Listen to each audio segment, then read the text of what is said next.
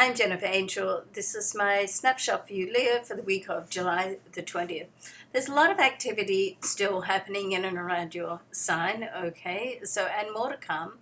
So right at the start of this week, there's two trines with Saturn. Now, Saturn sits in your solar fourth house. So this is your area of your home, your family, and the trines are with the Sun and Mercury. Sun being our most powerful energy force, and of course Mercury is a communication planet. Now, both of these influences sit in the sign before you, so it's your 12th house. It's very good for your imagination, intuitiveness, spiritual connections. So, it's possible that you could reconnect with somebody in your family, perhaps someone that you haven't seen for a while, or certainly it's a nice aspect, anything to do with around your home and family. So I would be putting a little more attention there this week, if possible. Now, at the end of the week, excuse me, we do have quite a confronting aspect between Mars and Uranus. Now, this can cause quite a bit of tension. It's in Uranus.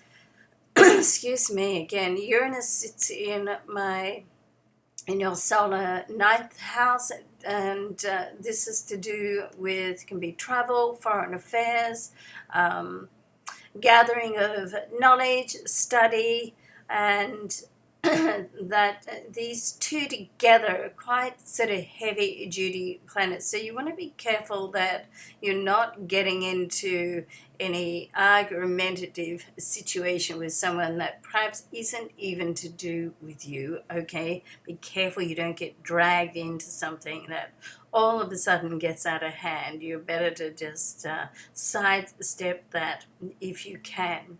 Now, Mercury in your solar second house, all to do with money and possessions, does go retrograde this week at the end of the week, over the weekend, and is heading back into your sign. So this week is a great time if you've got any monetary situations or financial deals happening, then they can start to come through this week. By the end of the weekend, when Venus goes retrograde, you want to double check that you got everything, everything's right. Don't take someone else's word for it.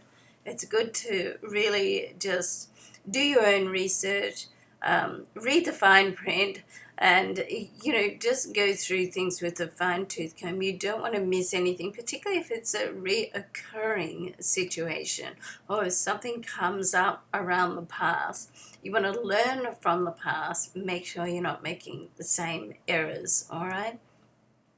Now, we do have the Sun and Mercury moving this week into your sign. So on the 23rd, it's actually, I think, specifically late on New York here, late on the 22nd, but let's call it the 23rd. Happy birthday, Leo.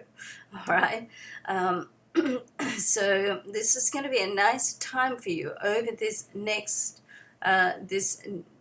month. It's like your start of your next solar phase, and things can start to sort of happen and fall into place. Even though we do have a lot of retrograde in the chart, it does give you a chance to think things through a bit more.